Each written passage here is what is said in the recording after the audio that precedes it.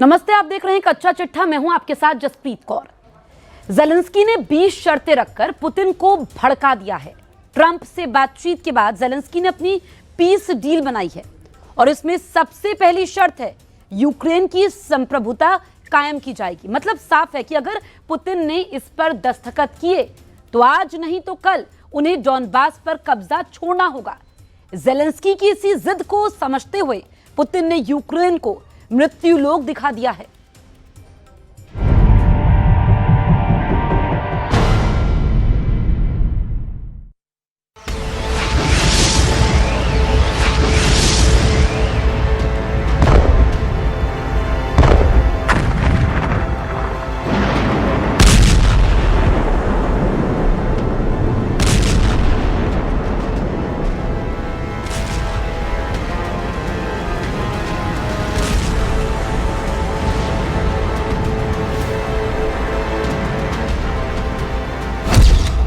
Ukraine पर एक हफ्ते में हुए 3000 ताबड़तोड़ हमले। दिसंबर में ही पुतिन ने दिखा दिया 2026 के युद्ध का ट्रेलर।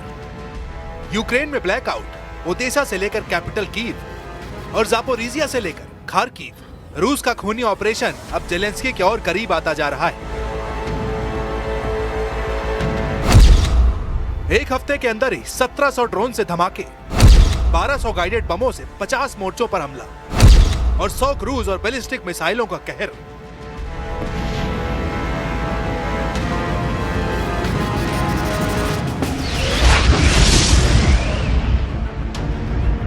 सिर्फ 24 घंटे के अंदर ज़ेलेंस्की के लिए 3 बहुत बुरी खबर आई हैं। ज़ेलेंस्की की फौज बेचैन हो गई है। उसने डॉनबास के पास अपने मोर्चे छोड़ने शुरू कर दिए हैं।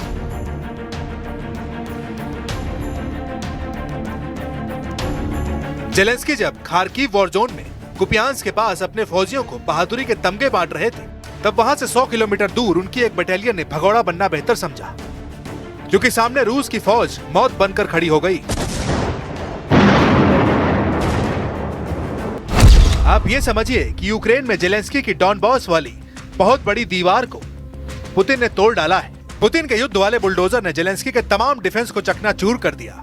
पुतिन ने बता दिया कि ज़ेलेंस्की की डॉनबास वाली दीवार नाटो की उन कच्ची ईंटों से बनी है जो पुतिन के युद्ध वाले बुलडोजर के सामने टिकेंगी नहीं।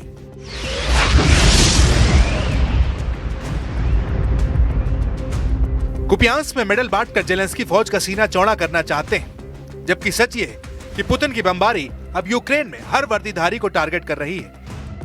Я думаю, що це так важливо, коли русські пишаються якимись вигадками, ми пишаємось реальними нашими воїнами досягненнями. Те, що ви тримаєте Куп'янськ, це велика до вас повага і дає можливість, в принципі, розмовляти всім іншим дипломатам тощо. ये डॉनबास का सिवर्स इलाका है। यूक्रेन की फौज ने मौत के डर से यह शहर खाली कर दिया है। यूक्रेन ने इस मोर्चे को लंबे वक्त तक बचाने की कोशिश की, लेकिन फिर रूस की फौज इतनी हावी हो गई कि लोकल कमांडर ने पोस्ट खाली कराने का ऑर्डर जारी कर दिया। दूसरी तरफ अंद्रीवका का इलाका, ये सिरवक से सिर्फ 50 किलोमीटर दक्षिण में है और यहाँ पर पुतिन की फौज ने रूस का तिरंगा फहरा दिया। एक तरफ सिवर्क से ज़ेलेंस्की की फौज भाग खड़ी हुई, दूसरी तरफ अंद्रीवका में रूस का कब्जा हो गया। यहाँ की इमारतों, यहाँ के पुलों और बाकी ठिकानों पर अब रूस की फौज मौजूद है। इतने बड़े फ्रंट पर एक रात में कब्जा होना यूक्रेन की बहुत बड़ी हार है। 2026 से पहले ज़ेलेंस्की को यह ऐसा डबल झटका है जिसकी असली अहमियत उनकी फौज जानती है।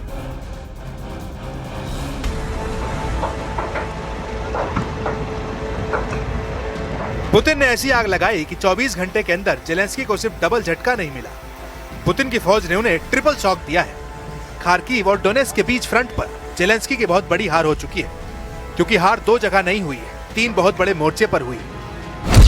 यूक्रेन के मैप पर खार्किव देखिए और डोनेट्स्क देखिए, ये 2 बड़े शहरों के बीच 3 बड़े फ्रंट यूक्रेन हार चुका है। उत्तर में खार्किव के पास प्रिलिम्का, ये रूस के बॉर्डर के बहुत करीब है। दूसरा शहर 250 किलोमीटर दक्षिण की तरफ बढ़ेंगे तो सिवर्स्क, यहाँ से यूक्रेन की सेना भाग चुकी है। तीसरा शहर है अंद्रीवका, जो सिवर्स्क से 50 किलोमीटर दक्षिण में है।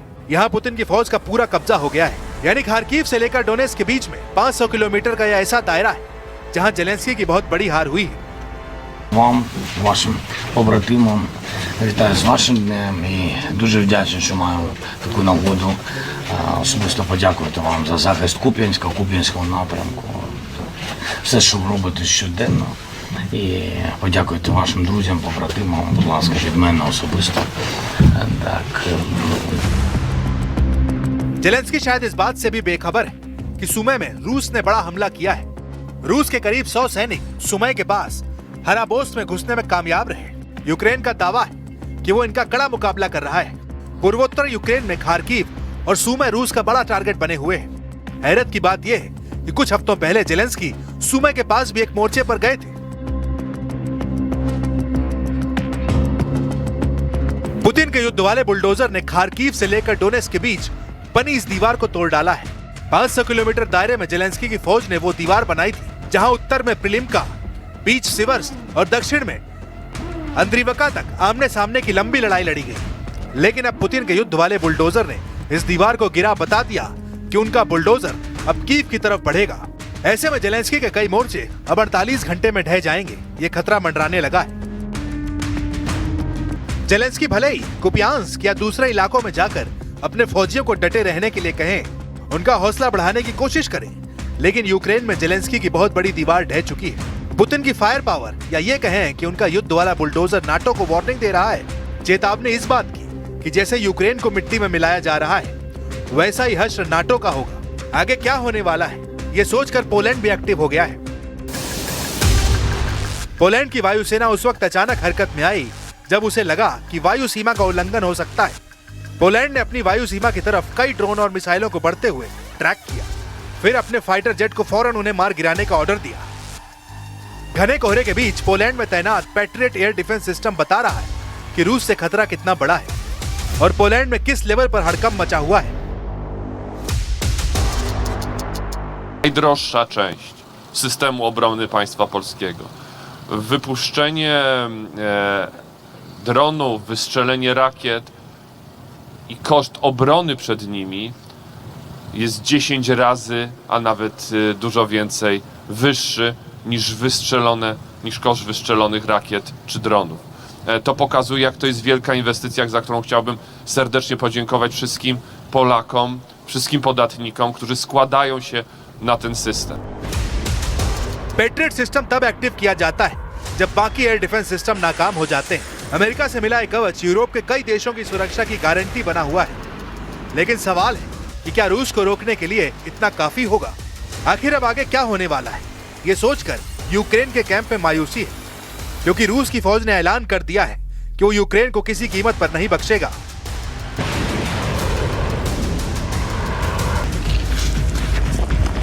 इससे पहले प्रोकोस्क पर पुतिन का कब्जा हो चुका है। प्रोकोस्क के बीचों बीच रूस की फौज ने अपना झंडा फहरा दिया है। कोहरे में ढका यूक्रेन का ये पूर्वी शहर पुतिन का हाल में सबसे बड़ा शिकार बना है।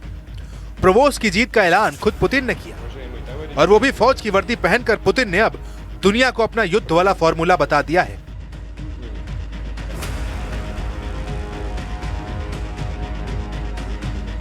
पुतिन का जंगी फॉर्मूला साफ है। अगर जेलेंस्की ने सरेंडर नहीं किया तो यूक्रेन हाफ होगा और यूरोप पूरा साफ होगा।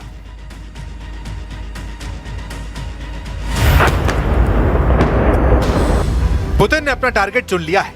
यूरोप की 3 बड़ी पावर को पुतिन बख्शेंगे नहीं, इसका सिग्नल पुतिन साफ साफ दे रहे हैं। पुतिन यह भी बता रहे हैं कि उनका निशाना चूकेगा नहीं, चाहे वॉर कैसे भी किया जाए।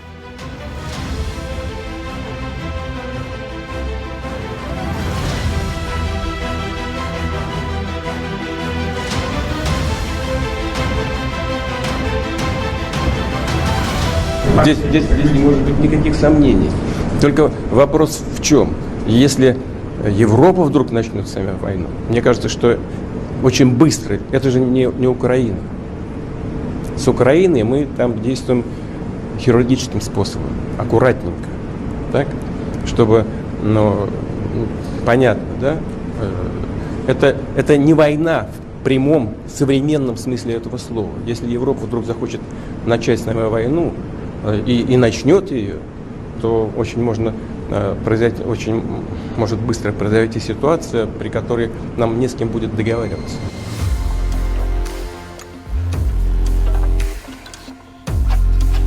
पुतिन की वार्निंग ने पूरे यूरोप में कोहराम मचा दिया है। नए मोर्चों, खासकर प्रोकोस्ट में जीत को लेकर पुतिन इतना ज्यादा जोश में है कि वो किसी भी वक्त रूस की सेना को यूरोप की तरफ कूच करने का ऑर्डर दे सकते हैं। पुतिन ने यूरोप के देशों को बहुत बड़ी वार्निंग दी है। पुतिन ने कहा कि अगर यूरोप ने रूस के खिलाफ युद्ध शुरू किया तो जवाब देने के लिए तैयार है।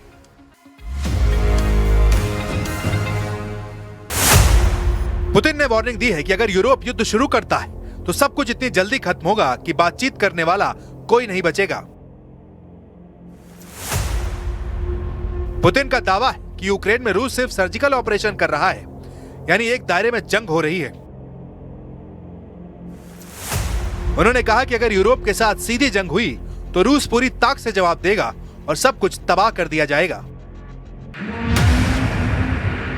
मॉस्को में रूस के एक जनरल की हत्या के बाद पुतिन बहुत गुस्से में और जेलेंस्की को डर है कि 2026 से पहले आखिरी हफ्ता बहुत खूनी साबित होगा।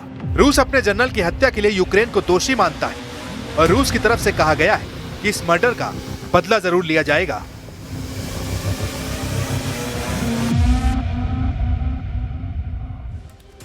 तुर्की की राजधानी अंकारा में भयानक विमान हादसा हुआ है। प्लेन क्रैश में पश्चिमी लीबिया के CDS Mohammad Ali Ahmed Al Haddad की मौत हो गई है।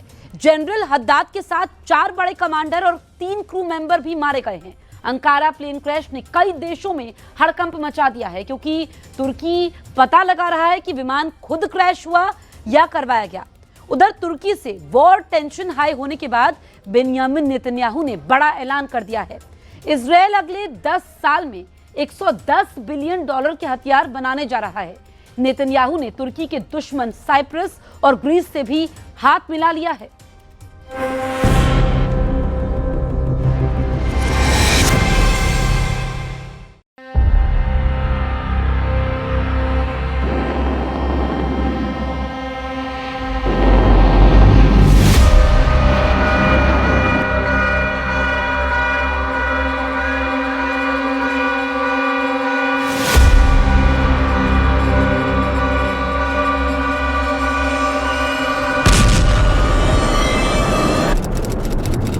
तुर्की की राजधानी अंकारा का एसनबोगा हवाई अड्डा 23 दिसंबर 2025 की रात 8:20।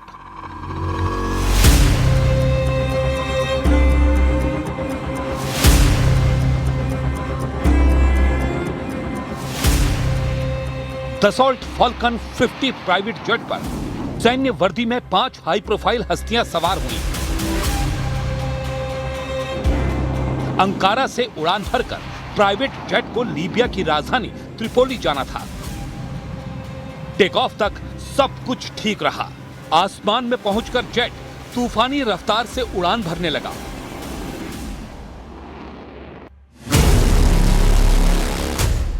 चालीस मिनट के सफर के बाद अचानक पायलट को अनहोनी की आहट हुई।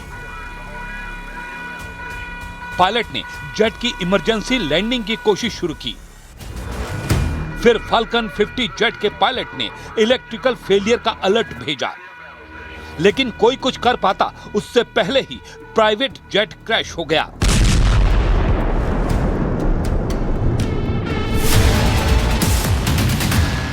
यह धमाका उसी हादसे का बताया गया है।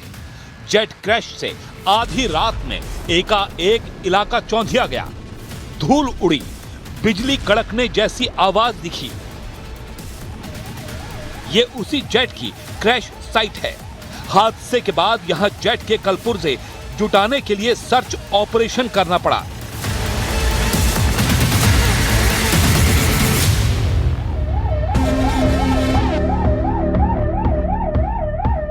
क्रैश कितना भयानक था इसका अंदाजा इसी बात से लगाया जा सकता है कि जेट का पुर्जा बटोरना पड़ा। लेकिन अंकारा जेट क्रैश ने कई मुल्कों में हड़कंप मचा दिया, क्योंकि फाल्कन जेट में लीबिया मिलिट्री के 5 टॉप जनरल सवार थे। जेट क्रैश में सबका एक झटके में सफाया हो गया। अंकारा जेट क्रैश में जिनकी जान गई उनके नाम हैं lieutenant general Mohammed Ali Ahmed Al Haddad, chief of staff यानी सेना प्रमुख थे। उनके साथ लीबिया की ground forces chief general Al Fitouri Ghraibil, military manufacturing authority के director brigadier general Ahmed Al Qatawi, general Haddad के सलाहकार मोहम्मद अल असावी दीप और सेना प्रमुख हद्दाद के मिलिट्री फोटोग्राफर मोहम्मद उमर अहमद महजूब के जेट क्रैश में परखचे उड़ गए। 112'ye gelen ihbar üzerine biz hemen bu coğrafyaya buraya odaklanıyoruz ve gelen ihbarla birlikte jandarmamız ilk saat 22 itibariyle bu olay mahallinde uçağın enkazına geriye kalan parçalara ulaştı.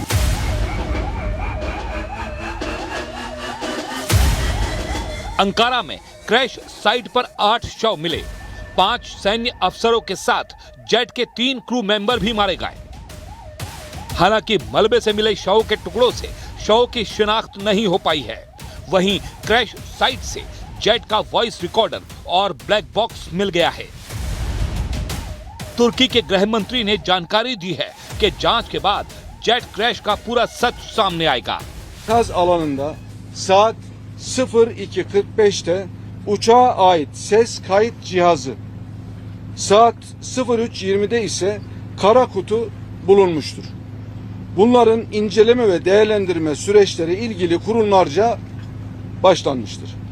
Ayrıca Libya Savunma Bakanlığı tarafından görevlendirilen 5'i hayatını kaybedenlerin yakını olmak üzere 14 kişilik heyet ile Libya İçişleri Bakanlığı'ndan görevlendirilen 8 kişi yani toplam 22 kişilik Libya ekibi Ankara'ya intikal etmiştir.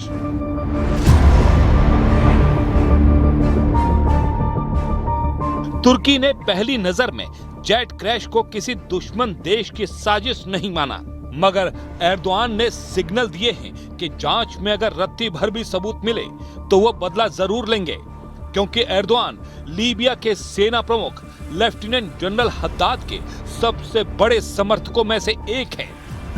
Ankara'dan Trablus'a giderken kaza kırıma uğrayan uçakta şehit olan Libya Genelkurmay Başkanı Orgeneral Muhammed Ali El Haddad'ın başkanlığını yaptığı Libya heyetine ve uçak mürettebatına Rabbimden rahmet niyaz ediyorum. Mevla ruhlarını şad, mekanlarını inşallah cennet eylesin. Kardeş Libya halkına, Libya silahlı kuvvetlerine, hükümetine aynı şekilde başsağlığı diliyor. Ülkem ve milletim adına taziyelerimi sunuyorum. Jet crash से पहले general Haddad का Erdogan ने grand welcome किया था। उन्हें guard of honour दिया गया था। जनरल हद्दाद तुर्की के आधिकारिक दौरे पर थे। तो क्या जनरल हद्दाद का सफाया कर एर्दोआन से बदला लिया गया है?